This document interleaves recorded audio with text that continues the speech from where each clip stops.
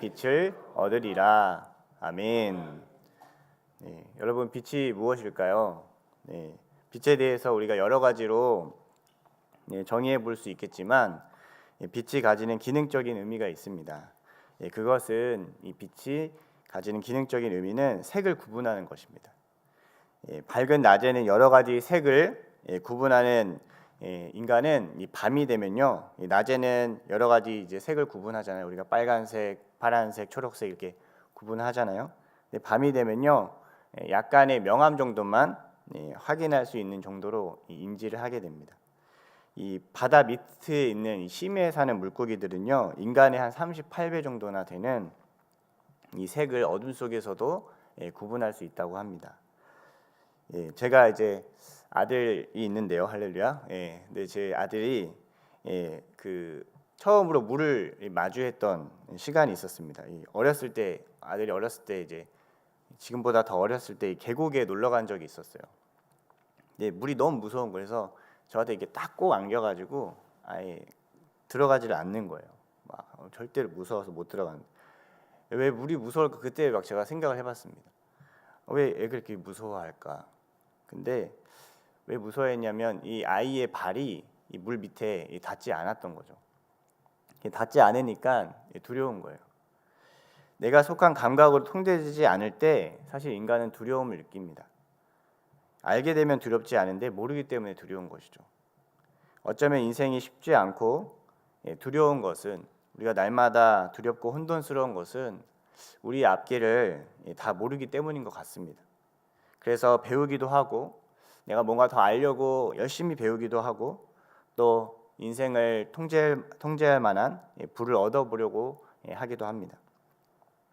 그러나 계속해서 우리가 마주하는 것은 어쩌면 혼돈인 것 같습니다. 인생의 시작부터 이러한 두려움에서 싸우며 성장하는 것이 우리의 삶입니다.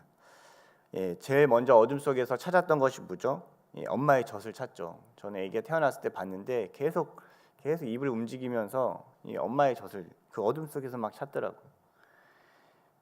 말을 끝없이 이렇게 옹알옹알하면서 내뱉으면서 말을 하는 것들, 이 모든 과정이 우리가 구분을 짓고 깨달아 이 알을 통해서 두려움 없는 삶을 좀 찾아가 보려고 하는 시도인지 모르겠습니다. 그래서 누군가는 인생이 고통이라고 말합니다. 결혼하기 전에는 이 사람이 아니면 못 살겠다는 인생이 결혼하면 이 사람만 아니면 누구와도 살겠다, 이런 마음으로 바뀌는 이상한 일들을 마주합니다. 또 직장에 들어가게 되면 이 직장에서 내가 평생 뼈를 묻겠다라고 생각했던 마음이 직장을 가자마자 새로운 꿈이 생기죠. 이직을 해야겠다라는 꿈을 막 생기게 합니다. 결국 우리가 인생을 살아가면서 정말 느끼는 것은 인생 정말 모르겠다라는 것입니다. 그래도 살아가면서 여러 가지 배우고 넘어지고 하면서 나름 성장의 기쁨을 우리가 누리기도 합니다. 그런데 지금 뭐 그런 분도 있을 것 같아요. 나 그래도 난 별로 고민이 없어. 나는 이제 다 살 것 잘 알고 다 살 것 같아. 그런데 그러한 과정 중에도 결국 인생이 넘어갈 수 없는 상황이 있습니다. 그 끝이 있는데요. 그것은 바로 죽음입니다. 저는 중학교 1학년 때 그 죽음을 마주했습니다. 가장 가까운 아버지의 죽음을 제가 맞이했습니다.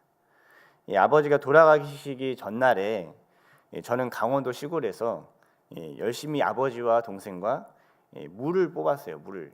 지금도 기억이 나요. 물을 엄청 열심히 뽑고 한가득 실었습니다. 아버지는 이제 집에 들어가는 저와 제 동생에게 술 한잔 하며 가시겠다고 먼저 보내셨어요.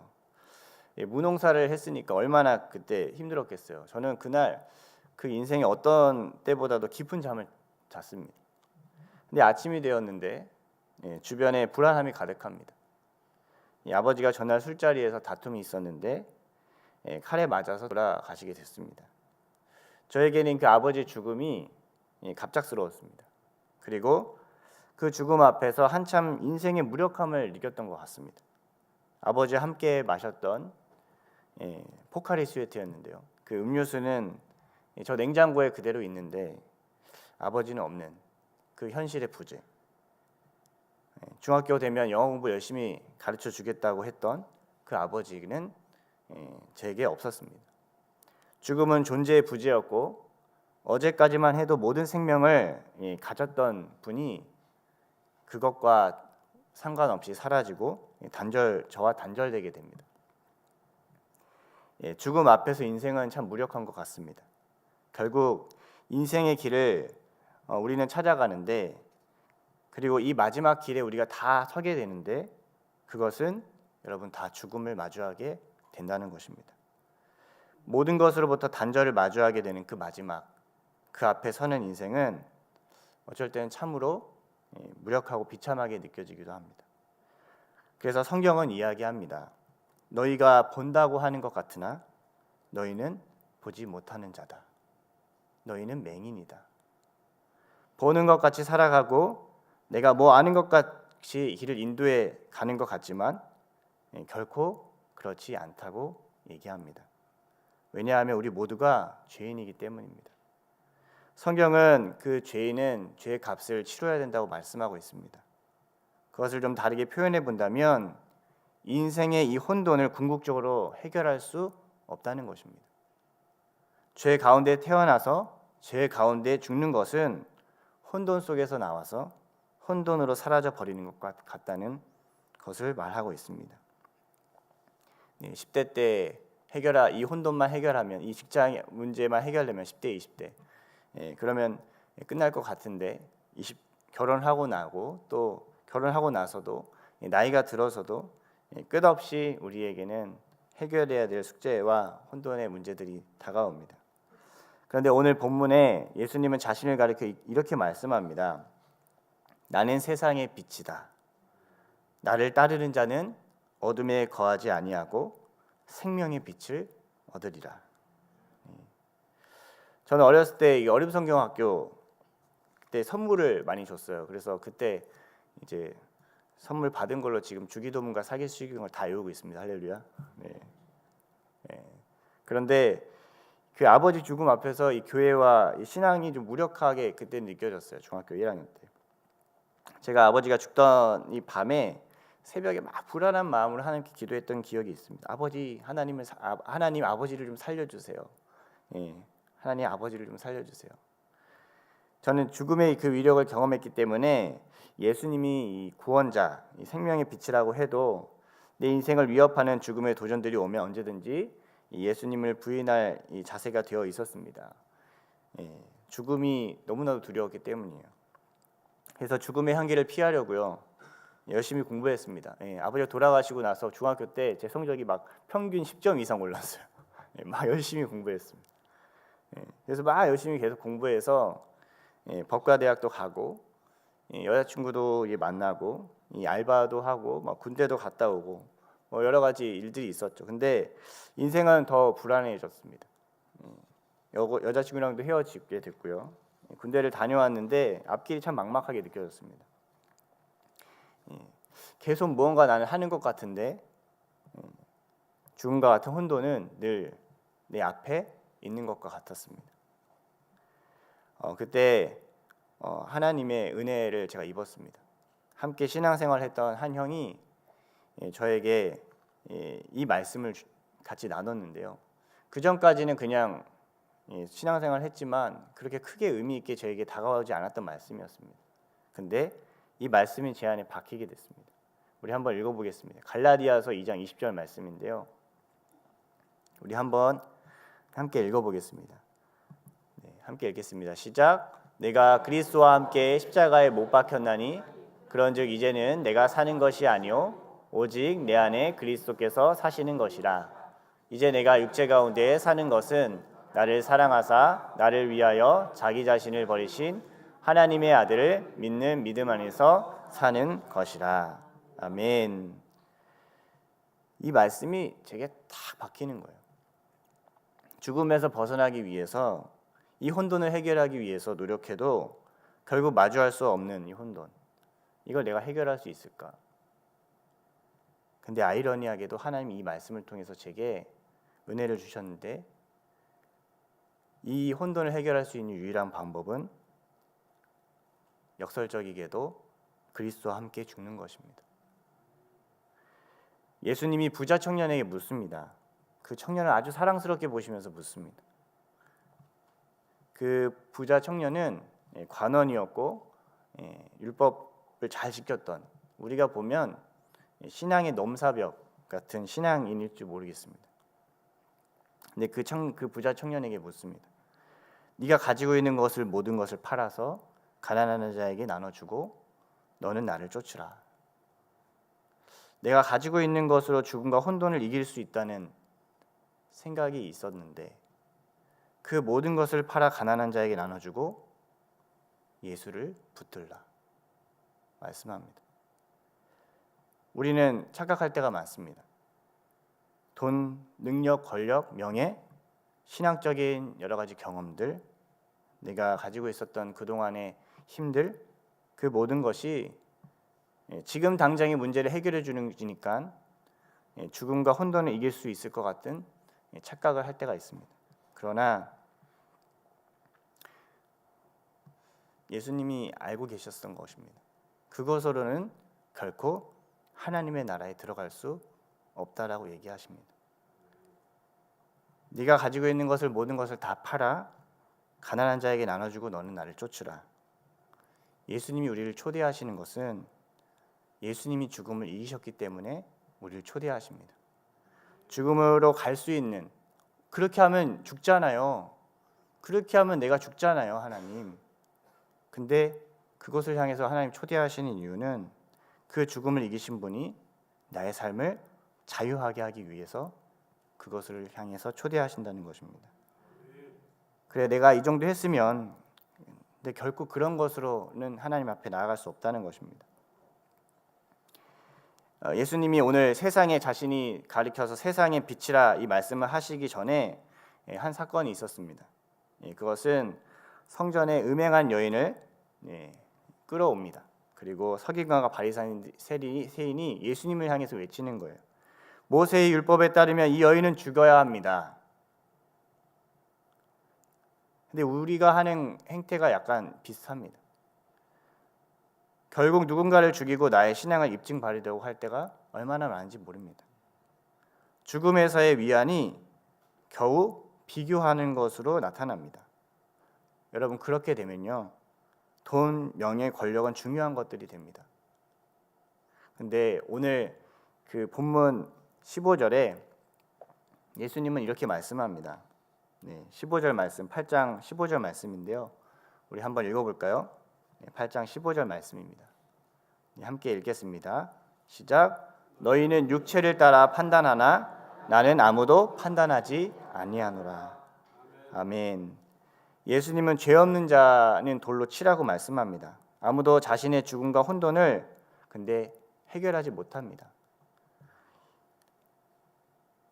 빛이 모든 것을 잘 구분해서 갈 길을 가게 하는데 많은 사람들이 누군가를 정죄하면 내가 빛인 것처럼 착각할 때도 있고 내가 뭔가 갈 길을 갈 수 있다고 착각할 때가 있습니다. 그러나 죄 없는 자는 돌로 치라고 했을 때 아무도 돌로 치지 못합니다. 그래서 이 죄는 반드시 여러분 해결해야 합니다. 이 죄가 십자가에 못이 박혀야 합니다. 이 죄가 죽어야 합니다. 그래야 여러분 살 수 있습니다. 예수님을 영접한다는 것은 예수님을 붙든다는 것입니다. 영접하는 자, 곧 그 이름을 믿는 자에게는 하나님의 자녀가 되는 권세를 주셨으니 그것을 붙드는 것은요, 그냥 이렇게 딱 예수님 내가 가지고 있는 것을 가지고 이렇게 붙들 수가 없어요. 할렐루야. 그렇게 해주시면 너무 좋겠는데 내가 가지고 있는 모든 걸 다 내려놓고 주님을 딱 붙드는 거예요. 이 내려놓음이 여러분 세상에선 죽음입니다. 근데 믿음으로 그것을 붙드는 것입니다. 그래야 다시 태어날 수 있습니다. 빛은 구분할 수 있고 이 앞길을 가게 합니다. 예수님은 자신이 빛이라고 말씀하면서 빛으로서 자신이 다른 점을 얘기하세요. 이게 14절 말씀입니다. 내가 세상의 빛이라는 이 빛의 기능에 대해서 예수님 말씀하시는데요. 우리 14절 말씀도 한번 읽어볼까요? 함께 읽겠습니다. 시작. 예수께서 대답하여 이르시되 내가 나를 위하여 증언하여도 내 증언이 참되니 나는 내가 어디서 오며 어디로 가는 것을 알거니와 너희는 내가 어디서 오며 어디로 가는 것을 알지 못하니라. 아멘. 네. 예수님은 알았습니다. 예수님이 어디서 왔으며 어디로 가는 것을 알았습니다. 여러분, 예수님이 가셨던 길은 어딜까요? 예수님이 가셨던 그 마지막 길은 어딜까요? 네, 몇 분이 정답을 얘기하셨습니다. 네, 십자가입니다. 저는 목회를 하게 될 것을 많이 생각하지 못하면서 살았습니다. 그런데 신대원을 가게 될 것을 결정했을 때 예수님을 제가 믿고 가는 길이라고 생각했지만 저는 솔직히 한 속에는 생각하고 있었어요. 나는 결혼을 못할 것 같다. 신대원을 결정하는 순간 제가 그동안 이제 취업을 해서 그동안 많은 자매들에게 대시를 했는데 전혀 받아들이지 않았어요. 그래서 더 돈을 많이 벌어야 되나 이런 생각을 했었는데 신대원은 돈을 버는 곳이 아니잖아요. 신학대학원은 돈을 내고 다녀야 됩니다. 제가 재정적인 부분을 책임질 수 없다고 생각했어요. 결혼을 하면 최소한 이 재정의 문제는 내가 책임져야 된다는 생각을 했던 것 같아요. 근데 그래서 결혼을 할 수 없다고 제가 생각했습니다. 그런데 할렐루야, 지금 저는 아내가 있습니다. 아멘. 지금의 이 신대원 결정하고 나서 그게 8월인가에 결정했는데, 그리고 그 다음에 신대원을 2월에 입학하게 되잖아요. 8월에 이렇게 결정하고 공부하고 뭐 이렇게 준비하고 하는 시간이 있고요. 근데 2월에 신대원 입학하기 전에 결혼을 하게 됐습니다. 사귐을 고백하고 92일 만에 결혼을 했습니다. 제가 그때 새벽 예배 끝나고 핫팩을 준비해가지고, 할렐루야, 핫팩 시그널 여러분 아십니까? 핫팩을 이렇게. 근데 저는 그때 그렇게 몰랐어요. 결혼하게 될 줄. 그냥 사귈 수 있다고 생각했는데 결혼하게 될 줄은 생각 못했던 것 같아요. 근데 저는 이제 결혼을 하면서 뭐 결혼이 잘 됐고 못 됐고 이걸 떠나서 이 하나님이 보여주신 것이 있었어요. 계속해서 믿음을 가지고 살아야 된다. 믿음을 가지고 살아야 된다. 네가 가지고 있는 것으로 계속 가려고 하지 마라. 그것은 너를 한계를 짓게 되고 너의 성 안에 갇히게 만들고 아무것도 할 수 없는 너의 무력함만 보게 될 것이다. 저의 인생의 방향이 바뀌어서 신대원을 가는 것도 사실은 저에게는 혼돈스러운 길이었어요. 익숙했던 이 법학도의 길을 벗어나는 것이 좀 두렵기도 했습니다. 결혼도 그랬습니다. 이 아이들을 낳고 지금 이렇게 목회적 사역을 하는 것도 사실 마찬가지입니다. 제 인생도 쉽지 않은 저가 누군가의 영혼을 맡는다는 것이 아직도 제 힘으로 만약 하게 된다면 저는 이것을 감당하기 어려울지 모르겠습니다. 근데 십자가는 나를 묶는 자리입니다. 근데 죽는 자리입니다. 내 성질을 부리거나 억울함을 호소하거나 내가 드러날 수 없는 자리입니다. 근데 하나님의 사랑으로만 갈 수 있는 그 자리입니다. 그리고 두려운 자리이기도 합니다. 예수님은 이 밤이 맞도록 땀이 피가 되도록 기도하셨습니다. 저는 하나님을 만나는 것이, 여러분들이 하나님을 믿고 살아가는 것이 삶을 훌륭하게 완성하는 그 십자가의 자리로 가게 된다는 것의 증인입니다. 하나님은 여러분들을 더욱 온전케 하기를 원하시고 계십니다. 여러분이 가지고 있는 것에서 멈추지 않게 하시는 분이 바로 하나님이십니다. 감히 할 수도 없고 부족했고 죄 가운데 있던 저를 주님이 부르셔서 주님과 함께 할 수 있는 영광을 누리게 하십니다. 누군가 저에게 다음 길을 물을 때가 많습니다. 어떻게 해야 돼요, 목사님? 다음 길을 어떻게 해야 돼요? 직장을 내려놓을까요? 결혼해야 할까요? 이 사람 만나요? 동업하는 게 맞을까요? 수많은 문제들 앞에 혼돈은 끝없이 우리를 찾아옵니다. 이 문을 나서는 순간 여러분 끝없는 결정과 혼돈 속에 마주하게 될 줄 알고 있습니다. 그러나 나의 하나님은 무언가를 결정하기에 앞서서 십자가를 보게 하십니다. 본토 친척 아비집을 떠나서 내가 갈 길, 애국과 메소포타미아 문명에서 내 힘을 이룰 수 있는 인생의 모든 것이 다 끊어졌을 때, 이 아브라함이 언제 아기를 낳습니까? 100세 아이를 봅니다. 그 사라 아내가 이 백세 그 경수가 끊어졌을 때 아이를 못 낳을 거라는 그 약속 하나로 하나님께서 그 아들 이삭을 주십니다. 근데 그 소중한 약속인 이삭을 본토 치자 아비 집을 떠날 때 그 하늘의 별들을 보면서 하나님이 약속하신 그것이 당장 이루어지지 않았던 것 같은데 그 약속을 계속 믿음으로 바라봤을 때 그가 마지막으로 갔던 길은 모리아산에서 이삭을 바치는 길이었습니다. 거기까지 하나님 우리를 허락하십니다. 죽음의 끝자락만 견딜 때 하나님이 약속 하나 남기시는 거예요. 그게 믿음 하나 남기시는 자리로 우리를 인도하신다는 겁니다. 그리고 감히 부족한 인생, 죄 많은 인생을 십자가를 지는 인생으로 혼돈으로 여러분 몰아가실 것입니다. 주님을 믿지 않으면 감히 갈 수 없는 그 십자가, 나도 짊어지고 혼돈이 오히려 질서가 되어 주님을 노래하는 곳에서 여러분 나의 하나님이 여러분의 하나님이 되실 줄 믿습니다. 제 아들이 아빠를 나중에 믿고 이제 물에 좀 친해지니까요, 물속에 이제 잘 놀고 그렇습니다. 이제는 좀 즐기는 법을 많이 알게 되는 것 같아요. 이 하나님의 아들을 하나님 죽음으로 초대하시는 거 우린 두려울 때가 많아요. 근데 하나님의 아들은 아이러니하게 죽음을 또 찾아갑니다. 우리 담임 목사님이 전문가시잖아요. 늪 전문가. 할렐루야. 그런 인생을 계속 찾아가시는 거예요. 그런 현장을 계속 찾아가는 거예요. 누구 믿고요? 아버지 하나님 믿고. 사막의 길을 내고 광야의 꽃을 피우는 그 아버지 하나님을 믿고 갈 수 있는 것입니다.